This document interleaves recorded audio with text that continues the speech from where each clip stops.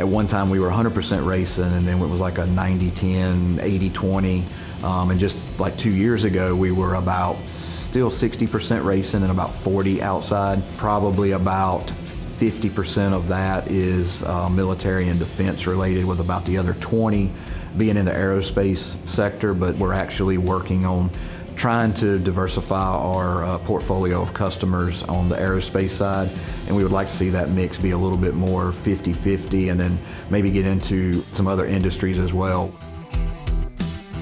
We decided to get AS9100 certified, where we could do military, defense, and aerospace type work.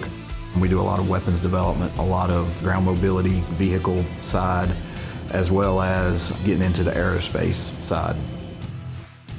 With going to aerospace, we've gotten down into the tenths, half a thousandths, and it's been a huge change that we've had to kind of adapt to. The GD&T side of it, we don't have any of that on the race car side, so that was something else that we've had to adapt to also.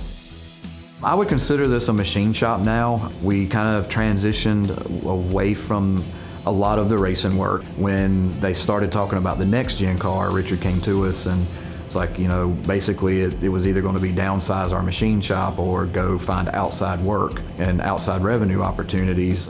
My go-to machine for any aerospace work is going to be one of our two Multises. They have a lot of travel, so I know I can do any part. Their repeatability is amazing, and they hold tight tolerances.